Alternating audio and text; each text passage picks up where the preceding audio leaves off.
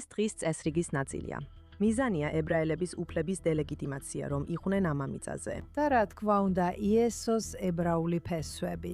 და ზუსტად ეს გააკეთეს ნაცისტებმა. მათ იესო არიელად გადააქციეს. ჩემთვის დიდი პატივია, რომ ქვადის ინტერვიუებში მყავს ტრიშა მილერი, რომელიც მუშაობს და ხელმძღვანელობს კამერას ქრისტიანებთან ურთიერთობის მიმართულებას. ეს ორგანიზაცია შუა აღმოსავლეთის გაშუქების სიზუსტეს ემსახურება. და როგორ გჭირდება ეს ახლა ტრიშა? მოგესალმებით. გმადლობ, სასიამოვნოა აქ ყოფნა, ფლორ. მართლა სასიამოვნოა შენი აქ ყოფნა, რადგან მრავალი წელია ერთად ვმუშაობთ, ჯერ კიდევ იერუსალიმის მერიის დროიდან. არ ვიცი ეს მხოლოდ მე მგონია თუ არა ტრიშა, მაგრამ ასე მეჩვენება, რომ ბოლო 1 წლის განმავლობაში და შეიძლება ითქვას ჩარლი კირკის მკვლელობის შემდეგაც კი დიახ. რაღაც შეიცვალა. ან იქნებ რაღაც გროვდებოდა. და არსებობს ძალიან მზაკრული, განზრახული კამპანია, რომ სოფლიოში ხელახლა გააცოცხლონ ქრისტიანული ანტისემიტიზმი. პარანოიკი ვარ? არა, არ ხართ. და ეს მართლაც დაჩქარდა ჩარლი კირკის მკვლელობის შემდეგ, მაგრამ ნამდვილი გარდამტეხი მომენტი იყო 2023 წლის 7 ოქტომბერი. მითხარი რა მოხდა ქრისტიანულ ეკლესიაში ან ქრისტიანულ საზოგადოებებში მთელ მსოფლიოში? ჩვენ ყველამ ვნახეთ მასობრივი დემონსტრაციები ყველა დიდ ქალაქში, დიახ. 8 ოქტომბერს. დიახ. და ამავე დროს ქრისტიანებმა დაიწყეს ფიქრი, რა ხდებოდა. არა ყველა ქრისტიანმა. ჯერ კიდევ მილიონობით და მილიონობით ევანგელური ქრისტიანია, რომლებიც ისრაელის მტკიცე მხარდამჭერები არიან. დიახ. თუმცა ეს საზოგადოება თავდასხმის ქვეშ იმყოფება. დიახ. მათი მხარდაჭერა ისრაელის მიმართ 1990-იანი წლებიდან თავდასხმის ქვეშაა. მართლა? მაგრამ ამის შემდეგ ეს დაიწყო პალესტინელი ქრისტიანებით, რომლებსაც ძალიან ორგანიზებული აქვთ. დიახ, დღის წესრიგი და ძალიან დამაჯერებელი ნარატივი. და მათ იციან, როგორ ისაუბრონ ქრისტიანულად. და ისინი მიზანმიმართულად ცდილობენ დასავლელი ქრისტიანების ისრაელისადმი მხარდაჭერას უმიზნებენ. 1990-იანი წლებიდან განსაკუთრებით ევანგელისტურ სამყაროში. რადგან სწორედ იქ უნდა იყოს, რადგან ასეა ეს ჩაფიქრებული. დიახ, სწორედ იქ არის. მაგრამ 7 ოქტომბრის შემდეგ, განსაკუთრებით მას შემდეგ, რაც ისრაელი ღაზაში შევიდა ჰამასის გასანადგურებლად, ნარატივი ისრაელის ნებისმიერ ქმედებას იმდენად დემონიზებულად წარმოაჩენდა, რომ ქრისტიანებს დაეწყოთ ფიქრი. ასევე ახალი ამბების ციკლი მხოლოდ ერთ კონფლიქტზეა გადართული. თითქოს მსოფლიოში სხვა არაფერი ხდება, რადგან რა თქმა უნდა, სუდანში 150,000 ბავშვი არ მოუკლავთ და სხვა არაფერი ხდება. ნიგერიაში ქრისტიანებს ყოველდღე კლავენ. როგორც ჩანს, სხვა არაფერი აქვს მნიშვნელობა. თუ ებრაელები არ არიან ჩართული? არ არიან ებრაელები, ამბავიც არ არის. ხო. ასე რომ ამ ქრისტიანებზე 24 საათიანი მთავარი საინფორმაციო ციკლი და სოციალური მედია ახორციელებენ თავდასხმას. ეხლა ყოველდღე ვიგებთ, რომ ყველაფერი ძალიან მიზანმიმართულად, ხო იცით, პროპაგანდირებულია კატარის, ჩინეთისა და რუსეთის მიერ, რომლებიც ქრისტიანობის მტრები არიან. როცა დაფიქრდებით, მაგრამ მათ მიაღწიეს მათამდე, ხო ასეა? სწორედ ასეა. და ქრისტიანები, რომლებიც ეკლესიაში სხედან და არ არიან ინფორმირებულები, ადვილად ექვემდებარებიან მედიის გავლენას. ასევე მეორე მხარის ქრისტიანულ ნარატივსაც, რომელიც ამბობს, რომ ქრისტიანები მშვიდობისთვის უნდა იდგნენ. ასევე ხშირად გვესმის სიტყვა სამართლიანობა და ეს არის თემა, რაზეც უნდა ვისაუბროთ. სამართლიანობის საკითხი. და რას ნიშნავს ეს? ეს სიტყვა მძევლად არის აყვანილი. დიახ, ესეა, ჩვენ უნდა დავიბრუნოთ ეს სიტყვა, უნდა განსაზღვროთ და დავიბრუნოთ. მაგრამ როცა ქრისტიანებს ეუბნებიან, რომ ჩვენ მშვიდობისა და სამართლიანობის მხარეს უნდა ვიყოთ და ჩანს, რომ ისრაელი მშვიდობის მხარეს არ დგას. და რა ვუყოთ ყველა ამ ცილის წამებას, რაც ღაზაში მიმდინარე მოვლენებზე ითქვა, გენოციდი, შიმშილი. ეს ყველაფერი ისევ და ისევ უარყოფილია. და ცხადია, ჩვენ კამერაში ბევრი ვიმუშავეთ ამაზე, რომ ეს ყველაფერი გაგვეპათილებინა. მაგრამ მაინც, როცა ტყუილი ერთხელ გავცელდება, ძალიან რთულია მისი გაბათილება. ძალიან რთულია, განსაკუთრებით მაშინ, როცა ტყუილი ადვილად დასამახსოვრებელია. მასთან ცდებს სურათები. მართალია ისინი თუ არა, იმიტომ რომ როგორც ვიცით, მათგან უმეტესობა სიმართლე არ არის. მათგან უმეტესობა სიმართლე არ არის. მშიერი ბავშვი სინამდვილეში მშიერი არ არის. ის ავადაა. ის იცით შერჩეული ფოტოები ბავშვების, რომლებიც საჭმელს ითხოვენ, როცა ვიცით, რომ ახლა ღაზაში უფრო მეტი საკვები შედის ვიდრე ადრე. 7 ოქტომბრამდე. ასე რომ ჩვენ ვიცით და ეს საღი აზრია და მონაცემები ამ ტყუილებს ამხელს. მაგრამ ეს აღარ აქვს მნიშვნელობა, რადგან საქმე ემოციებსა და პროპაგანდას ეხება. რაცაც იცით, ჩემთვის, ჩვენ ვცხოვრობთ როგორც იოზეფ გებელსის დროს, მეორე მსოფლიო ომამდე. აი ასე მივედით ჰოლოკოსტამდე. მაგრამ კიდევ რაღაც ხდება ქრისტიანულ საზოგადოებაში, არა ასე ტრიშა. ეს არის კათოლიკეებსა და პროტესტანტებს შორის დაპირისპირება, კათოლიკეებსა და ევანგელიკალებს შორის დაპირისპირება და ასევე ეგრეთ წოლებულ ჩანაცვლების თეორიის აღორძინება. გვითხარით ცოტა მეტი ამაზე ჩვენი მაყურებლებისთვის, ვინც ნაკლებად იცნობს ქრისტიანული სამყაროს შიდა დეტალებს. კარგი, ახლა ამას ჩანაცვლების თეოლოგიას უწოდებთ. მაგრამ სინამდვილეში ეს დაიწყო ადრეულ ეკლესიაში. ზოგიერთი ადრეული ეკლესიის მამა უკვე ასწავლიდა ამას ეკლესიის ისტორიის პირველ და მეორე საუკუნეებში. მათ მაშინ ესე არ ეძახდნენ, მაგრამ ასწავლიდნენ, რომ ებრაელები დაცგავლილები იყვნენ, რომ ღმერთმა ებრაელები უარყო, რომ ეკლესიამ და ქრისტიანებმა დაიკავეს ებრაელებისა და ისრაელის ადგილი ღვთის განზრახვებში. აი ამიტომ ვუწოდებთ ამას ჩანაცვლების თეოლოგიას. ეს ნიშნავს, რომ ებრაელები აღარ არიან რჩეული ხალხი, ახლა ქრისტიანები არიან, რადგან ქრისტიანებმა ებრაელების ადგილი დაიკავეს, მას შემდეგ რაც ებრაელებმა იესო უარყვეს. სწორია. ალბათ ეს არის ნარატივი. ხო, ესეა და ეს ნამდვილად ეხლა ისევ აქტიურდება. ის ყოველთვის არსებობდა. ეს იყო ის, რამაც გერმანიის ეკლესიას 1930-იან წლებში უბიძგა. შეგუებოდა იმას, რაც მოხდა. გულისხმობ, ისინი რეალურად ფიქრობდნენ, რომ ებრაელები ამას იმსახურებდნენ. დიახ, ეს 10-20 წლის განმავლობაში ხდებოდა 20-იან წლებამდე, ისევ გროვდებოდა, ყოველთვის გროვდებოდა. დიახ, 400 წლის განმავლობაში მართლა, მარტინ ლუთერის ებრაელებზე დაწერილი ნაშრომების შემდეგ, გერმანელი თეოლოგები ამას 400 წლის განმავლობაში ავითარებდნენ, მართალია. როცა 1900 წლამდე მივიდნენ, ეს უკვე მარტივი იყო. გერმანული ეკლესია სრულიად მზად იყო მიეღო ის, რაც მოხდა, რადგან ფიქრობდნენ, რომ ებრაელები ამას იმსახურებდნენ. და ჩემი შეშფოთება ისაა, რომ ეს ახლა ისევ ხდება ევანგელურ ეკლესიაში. ეს უკვე კათოლიკურ და ძირითად პროტესტანტულ ეკლესიებშია უკვე საკმაოდ შორს წავიდა. დიახ, ჩემი შეშფოთება ისაა, რომ ეს ხდება ევანგელიკურ ეკლესიაში, დიახ. ბიბლიური გაუნათლებლობის გამო, იმის გამო, რომ არ ესმით დაბადების წიგნში აღწერილი აღთქმა, რომელიც ღმერთმა აბრაამთან დადო და რომელიც მარადიულია, მაგრამ ამას ქრისტიანული პერსპექტივიდან ვერ იგებენ. აბსოლუტურად, მაგრამ ეს ხო ასაგზეცაა დამოკიდებული ტრიშა.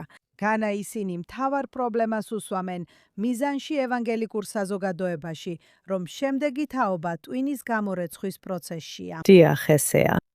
და რაც უფრო ახალგაზრდაა ადამიანი ეკლესიაში, მით ნაკლებად იცის ბიბლია. ისრაელისადმი ყველაზე ძლიერი მხარდაჭერა უფროს თაობებშია. ხო, არსებობს რამდენიმე ქრისტიანული ორგანიზაცია, რომლებიც კარგ საქმეს აკეთებენ ახალგაზრდა თაობასთან. ხო, და არიან გამორჩეული ისრაელის ახალგაზრდა მხარდამჭერები. ხო, უბრალოდ მეტი გჭირდება. ხო. უბრალოდ ბევრი რამ გვიწევს დაპირისპირება. არ. მომიყევი ცოტა იმ სამუშაოზე, რომელსაც აკეთებ, რომ შეეცადო და შეეწინააღმდეგო ამგვარ უარყოფით შხამს, რომელმაც ეკლესიის გარკვეულ ნაწილებში ფეხი მოიკიდა. კამერაში ჩვენ ვაკვირდებით ყველა მედიას, ინგლისურ, ესპანურ, ებრაულ და არაბულ ენებზე. ამიტომ გვაქვს ქრისტიანებისა და ებრაელების პარტნიორობა, რომ ვაკვირდეთ ყველაფერს, რაც ქრისტიანულ სამყაროში ისრაელთან დაკავშირებით ხდება. მართალია. ამიტომ ჩვენ ვაკვირდებით ყველა მედიას, ყველა ორგანიზაციას, რა ხდება და ვუპირისპირდებით არასწორ თეოლოგიას, ისტორიის უცოდინდრობას, ყველა იმ ტყუილს, რასაც მუდმივად ავრცელებენ. ხო. ეს ნამდვილად ძალიან მიზანმიმართული ინდოქტრინაციის კამპანიაა. ესეა. ეს უბრალოდ ძალიან რთულია. მაგრამ ვგულისხმობ, ეს მხოლოდ ქრისტიან ახალგაზრდობას არ ეხება, რა თქმა უნდა. ეს მთელ ახალ თაობას ეხება, რადგან ეს თაობა იღებს სიახლეებს ინსტაგრამიდან და ტიკტოკიდან. დიახ, სწორია. უბრალოდ იცით, როცა ჩარლი კირკი გარდაიცვალა და მე ერთხელ ჩამომართვა ინტერვიუ სინამდვილეში ომის დროს. ისეთი დიდი თაყვანისმცემელი ვიყავი მისი, რადგან ძალიან განათლებული იყო, ძალიან ბევრი ჰქონდა წაკითხული. ის თორაზე ქადაგებას საშუალო ებრაელზე უკეთესადაც კი ახერხებდა. არა მართლა, ანუ იმდენად კარგად ერკვეოდა ამაში, მან შაბათის შესახებ წიგნიც კი დაწეწერა. დიახ, ღმერთის გულისთვის. როცა ის გარდაიცვალა, უბრალოდ დავინახე ეს. დავინახე თითქოს ვიგრძენი, რომ ის თითქოს ის ჯებირივით უდგა წინ ახალგაზრდა ანტიისრაელელი ისრაელების თაობას. და დავინახე ეს ბზარი. და ეს ძალიან შემაშფოთებელია. და ეხლა რა თქმა უნდა გვყავს ძალიან ტოქსიკური დემონიზებელი ფიგურები, როგორიცაა ტაკერ კარლსონი. დიახ, არის ის ინფლუენსერი, დიდი გავლენა აქვს. დიახ. ბევრს ვსაუბრობდი და ვწერდი Tucker Carlsonზე. მოგვიყევით გასული ნოემბრის შესახებ GPO-ს ქრისტიანული მედიის სამიტზე, სადაც ამაზე ვისაუბრე. რადგან ცოტა ხნის წინ Tucker Carlsonმა ერთ-ერთ ინტერვიუში თქვა, რომ ქრისტიანული სიონიზმი ტვინის ვირუსია. ეს ნახე. უბრალოდ. და ახლა მას ქრისტიან ზიონისტები ყველაზე მეტად სძულს. დიახ, მაგრამ მანამდე კიდევ მან იმდენ ადამიანს ჩამოართვა ინტერვიუ და უბრალოდ პლატფორმას უთმობდა. ის ასე არ იქცეოდა, საერთოდ არ ასრულებდა ჟურნალისტის როლს. ის საერთოდ არ იყო ორიგინალური. ის აძლევდა საშუალებას ადამიანებს, რომლებიც სრულიად სიძულვილით არიან სავსე ებრაელებისა და ქრისტიანების მიმართ, რომ ხმამაღლა ესაუბრათ. ის აძლევს მას პლატფორმას. და ერთ-ერთი მათგანი, ვინც სტუმრად ყავდა, იყო მუნთერ ისააკი, რომელიც ერთ-ერთი მთავარი ფიგურაა, ვინც ხელმძღვანელობს ამ მთელ ქრისტიანულ პალესტინულ ნარატივს. ის პალესტინელი ქრისტიანია? დიახ. მართლა? ხო. ანუ ფაქტობრივად ის არის ის, ვინც ზიანს აყენებს და პროპაგანდას ავცელებს. დიახ. და ტაკემ უბრალოდ მისცა მას უზარმაზარი დრო, რომ ყველა ტყუილი ეთქვა ისე, რომ არავინ შეკამათებია იმაზე, როგორ გადააწერეს ისტორია. მათ შორის ჩანაცვლების თეოლოგიაც. მან მაშინ ასე არ დაარქვა, მაგრამ სწორედ ამას ფიქრობს. მაგრამ მათ ისტორია გადააწერეს ისე, რომ ებრაელები ამ მიწის მკვიდრნი არ არიან. სწორია. პალესტინელები, ასე ვთქვათ, არაბები არიან, მაგრამ პალესტინელებად თავის წოდება მხოლოდ 60-იან წლებში დაიწყეს, ხო? მაგრამ როგორც არ უნდა იყოს, ადამიანები, რომლებიც ეხლა საკუთარ თავს პალესტინელებს უწოდებენ, ამბობენ, რომ ისინი ამ მიწის მკვიდრნი არიან. და ეს ქრისტიანული პერსპექტივიდან ძალიან აბსურდულად ჟღერს, რადგან როცა ისინი ამბობენ ებრაელებზე, თქვენზე, ყველა თქვენგანზე, ვინც ეხლა აქ ხართ და თავს ებრაელად მიიჩნევთ. მხოლოდ ყველა ებრაელი, ვინც ეხლა აქ არის, მხოლოდ 1800-იან წლებში დაიწყო აქ ჩამოსვლა. ხო. კარგი, თუ აქ 2000 წლის წინ ებრაელები არ იყვნენ, მაშინ იესო ებრაელად ვერ დაიბადებოდა. რა თქმა უნდა, მაგრამ პალესტინელად ხო გამოაცხადეს? ის პალესტინელია. დიახ. ეხლა მას ქეფია დაახურეს. და ზუსტად ეს გააკეთეს ნაცისტებმა. დიახ. მათ იესო არიელად წარმოაჩინეს. ეს სიგიჟეა. იგივე სცენარია ყველა ითვისებს. ებრაელი ხალხის დელეგიტიმაციისა და დემონიზაციისთვის. და ეხლა ხელახლა წერენ ისინი ამ მიწის ისტორიას. ხელახლა წერენ. ნაცისტებმა ეს არ გააკეთეს, რადგან იცით, მაშინ ისრაელის სახელმწიფო არ არსებობდა. ეს სახელმწიფო არ იყო. მაგრამ ეხლა ეს დღის წესრიგის ნაწილია. ებრაელების ამ მიწაზე ყოფნის უფლების დელეგიტიმაცია. და რა თქმა უნდა, იესოს ებრაული ფესვები. დიახ. ვინ მოგდა შენ? ესე რომ ისინი უარყოფენ ისტორიას, ისინი აშკარად უარყოფენ ყველა არქეოლოგიურ აღმოჩენას ამ მიწაზე. როგორ უვლიან ამას გვერდს? რას ფიქრობთ, ისინი ბიბლიას თავიდან წერენ. დიახ, წერენ. ასევე ქრისტიანული თვალსაზრისით, ხო? ისინი ძველ აღთქმას აღარ იყენებენ. ბევრი ქრისტიანი პასტორი, ვინც ამას ეთანხმება, ამბობს, რომ ძველი აღთქმა აღარ გვჭირდება. მაგრამ ახალი აღთქმა იწყება მათეს სახარებით და მთელი პირველი თავი იესოს გენეალოგიას ეძღვნება. სწორია. და ამ გენეალოგიაში ყველა ადამიანი ებრაელია. რა თქმა უნდა. ამიტომ მათ ამის უარყოფა უწევთ. რას აკეთებენ ისინი? ისინი ამას სრულიად უგულებელ ყოფენ. დიახ. ვაუ. ან ხელახლა განმარტავენ მას. ამიტომ ჩემი ბრძოლა ქრისტიანულ სამყაროში არის ის, რომ ქრისტიანებმა გაიგონ, როცა სახარებები საუბრობს კონკრეტულ ადგილებზე, სადაც იესო იყო. ეს რეალური ადგილებია. დიახ. თქვენ შეგიძლიათ აქ მოხვიდეთ. აბსოლუტურად. ეხლაც კი, ეს არ არის რაღაც ზღაპარი, რომელიც სადღაც მოხდა. და თითქოს იესო უბრალოდ გამოჩნდა ისტორიაში და იყო პირველი ქრისტიანი. კი, მაგრამ ასე არ იყო. მისი მიმდევრები მას რაბის ეძახდნენ. ის იყო ებრაელი. მერვე დღეს ტაძარში მიიყვანეს. ხომ იცით ეს ყველაფერი? იცით რა, პირველად მაშინ ნამდვილად გავიაზრე ეს. და მრცხვენია ამის თქმა, რადგან უკვე 25 წელია ისრაელში ვცხოვრობ და რა თქმა უნდა, აქაც ხშირად მოვდიოდი ადრე. ცოტა ხნის წინ კაპერნაუმში ვიყავი, სულ რამდენიმე კვირის წინ ტიბერიაში ვიყავით. და მე იესოს სინაგოგაში წავედი. ხო, ეს ასეა. ეს იესოს სინაგოგაა, სწორია. და მე რა თქმა უნდა ვიცი ყველაფერი, რასაც ამბობთ, მაგრამ რეალურად იქ ყოფნა იმ ადგილას, სადაც ეს იესოს სინაგოგა იყო და ეს მისი იეშივა იყო. დიახ, სწორია. ეს სიგიჟეა. ეს სიგიჟეა. და სახარებებში წერია, რომ მან გახსნა გრაგნილი, რადგან წაიკითხა. მან გააზიარა სინაგოგაში, როცა მივიდა. ხო, და რა წაიკითხა მან? მან წაიკითხა ესაიას გრაგნილიდან. რა თქმა უნდა.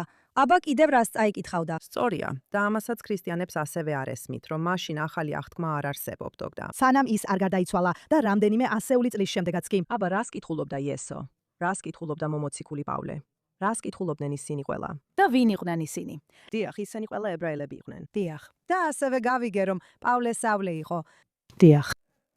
ხო და უბრალოდ ვიცოდი ეს.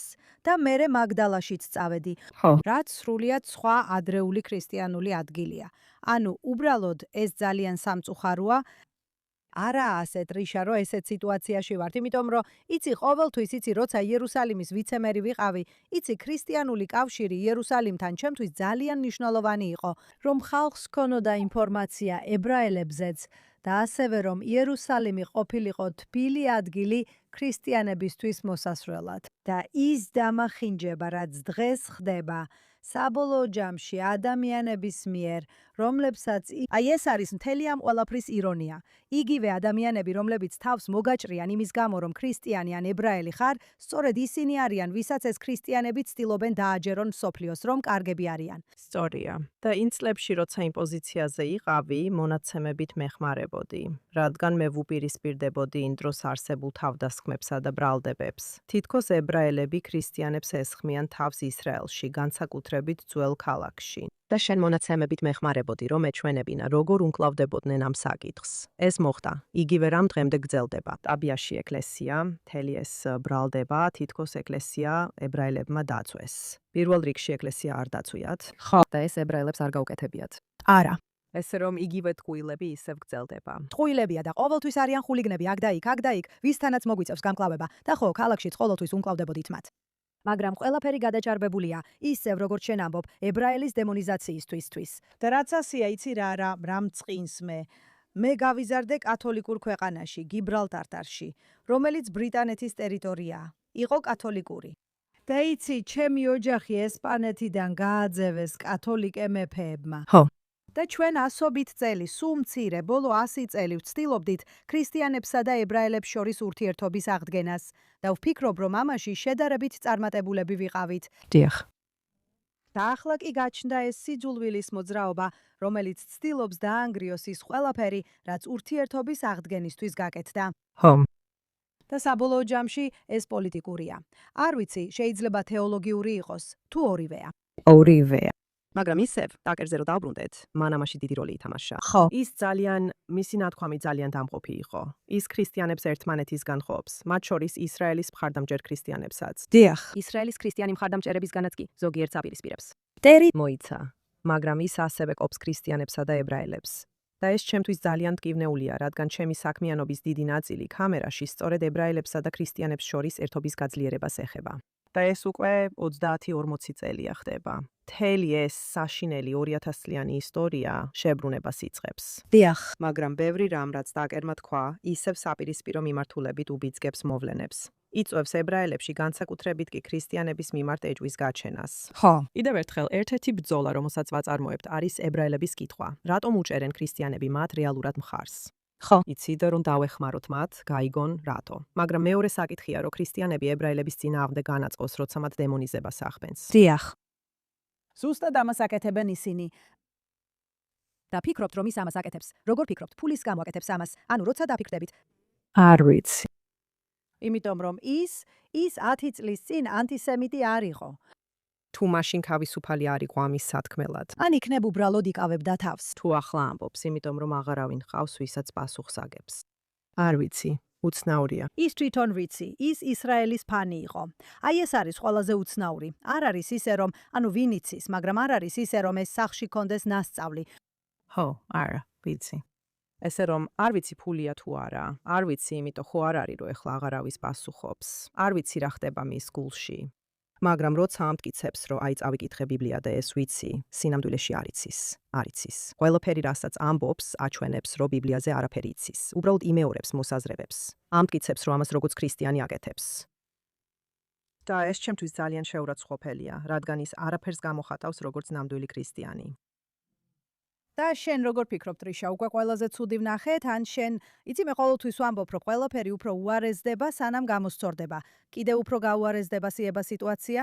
თუ ფიქრობ, რომ ხალხი იღვიძებს თუ ჯერ კიდევ იქ არ ვართ, არ ვიცი, იმედი მაქვს შენსავით, რომ უკვე ყველაზე ცუდი ეტაპი გავიარეთ, მაგრამ ნამდვილად არ ვიცი. ვიცი მხოლოდ ის, რომ ტაკერმა ნაწილი აუდიტორიის დაკარგა.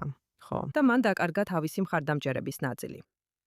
ესე რომ შეიძლება ეს ნიშანია, ხო, რომ ყველაფერი იმდენად შორს წავიდა, რომ ის იმდენად ცუდი გახდა, რომ ხალხი უკვე შორდება მას. მისი შოუების 80% ან 90% თლიანად ისრაელზეა და ის ამბობს, რატომ ლაპარაკობს ყველა ისრაელზე? ის შეპყრობილია. როგორც ყველა მოძულე, ისინიც შეპყრობილები არიან. შეპყრობილია. ანტისემიტიზმი, როგორც ჩარლი ამბობდა, ტვინის ვირუსად იქცევა. დიახ, ტვინის ლპობა. ტვინის ლპობა. ისინი მხოლოდ ამას ხედავენ, სამყარო მათთვის მხოლოდ ანტისემიტური პრიზმით ჩანს. იცი, და როგორც ადრე ახსენე, ყველაფერი დანარჩენი, რაც მსოფლიოში ხდება, ნიშნულობას კარგავს. მაშინაც კი როცა ისინი ქრისტიანების წინააღმდეგ არიან, რომელთაც მისი თქმით წარმოადგენს და იცავს. ხო, მას არ აინტერესებს, მაგრამ თუ ერთ ქრისტიანს ვინმე დააფუთხებს, ხო, ძველ ქალაქში, მაშინ მათი აზრით ეს ნიშნავს, რომ ყველა ებრაელი ყველგან ასეთია, ეს დემონიზაციაა. და როგორც შენ თქვი, რამდენიმე ხულიგანია. დიახ, რამდენიმე შემთხვევა ხდება, მაგრამ მათ ყოველთვის აგვარებენ, ყოველთვის. და ადამიანებს მაშინვე აკავებენ და შესაბამის ზომებს იღებენ. სრულიად სწორია. და ეს უბრალოდ ძალიან მცირე რაოდენობის შემთხვევებია. ხო. და მაინც სწორედ ეს ხდება სათაურებში. ტრიშა, რა გაძლევს იმედს? იმ საქმეში, რასაც აკეთებ. იცით, ისრაელში ჩამოსვლა პირველ რიგში ძალიან მაძლიერებს აქ ყოფნა. სინამდვილეში მირჩევნია აქ ვიყო, ვიდრე სადმე სხვაგან, რადგან აქ ადამიანები ძალიან ნამდვილები არიან და იციან რა არის რა, იციან სიმართლე. დასავლეთში ბევრს თავი ქვიშაში აქვს ჩარგული. არ სურთ აღიარონ რა ხდება. ადამიანებს ეშინიათ. ხო. მაგრამ ეს ასევე რაღაც მსგავსია, იცი, თითქოს სურთ თავი ქვიშაში ჩარგონ და არ სურთ სიმართლის აღიარება. აქ ყოფნა დიდ ძალასა და იმედს მაძლევს. ასევე ყველა კოლეგა, ვისთანაც მუშაობ ებრაულ და ქრისტიანულ სამყაროში, რომლებიც კარგად ესმით რა ხდება. მართვა მჯერა, რომ ბოლოს სიმართლე გაიმარჯვებს. და სწორედ ეს მაძლევს იმედს, რომ თუ უბრალოდ გავაგრძელებთ სიმართლის თქმას და უნდა იმეორო ისევ და ისევ, რადგან მეორე მხარე მუდმივად ტყუის. მაგრამ მჯერა, რომ ბოლოს სიმართლე გაიმარჯვებს. ვგულისხმობ, გეთანხმები, ვფიქრობ, რომ სიმართლე იმარჯვებს. და ასევე გვაქვს ისტორია, მткиვნეული ისტორია, რომელიც აჩვენებს, რომ ბოლოს კარგები იმარჯვებენ, ხო? ეხლა როგორც იცით, ჩართული ვართ ამ ომში პოლიტიკური ისლამის ყველაზე დიდი შხამით, რომელიც ირანიდან მოდის და რომელმაც ამდენი ამერიკელი მოკლა. ხო. და მაინც, იგივე ტიპის პროპაგანდა, თითქოს ებრაელებმა აიძულეს ტრამპს ეს გაეკეთებინა და თითქოს ეს ყველაფერი ებრაელების ომია. იცი, სულ ერთად 9 დღე გავატარე გაერთიანებულ სამეფოში. 7 დღე შოტლანდიაში ვიყავი და 2 ლონდონში, სანამ აქ ჩამოვიდოდი.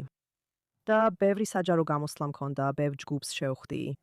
და გაერთიანებულ სამეფოში ქრისტიანებს შორის ძალიან ძლიერი მხარდაჭერა ისრაელის მიმართ. დიახ, და ეს მსოფლიომ უნდა იცოდეს. ისრაელმა ეს უნდა იცოდეს, რადგან რაც მედიაში ჩანს და რაც მათი ლიდერებისგან ისმის, გაერთიანებული სამეფო ძალიან ისრაელის წინააღმდეგაა განწყობილი. სრულიად სწორია. ისინი პრობლემაში არიან, რადგან ეს მხოლოდ ისრაელის წინააღმდეგობა არ არის, არამედ იმიტომაც, რომ ისინი ისრაელის წინააღმდეგ არიან, რადგან ფაქტობრივად, როგორც ჩანს, მათ ისლამიზმს დაუთმეს და ეს გახადეს თავიანთი ცხოვრების წესად და აღარ იცავენ საკუთარ ქრისტიანულ ღირებულებებს.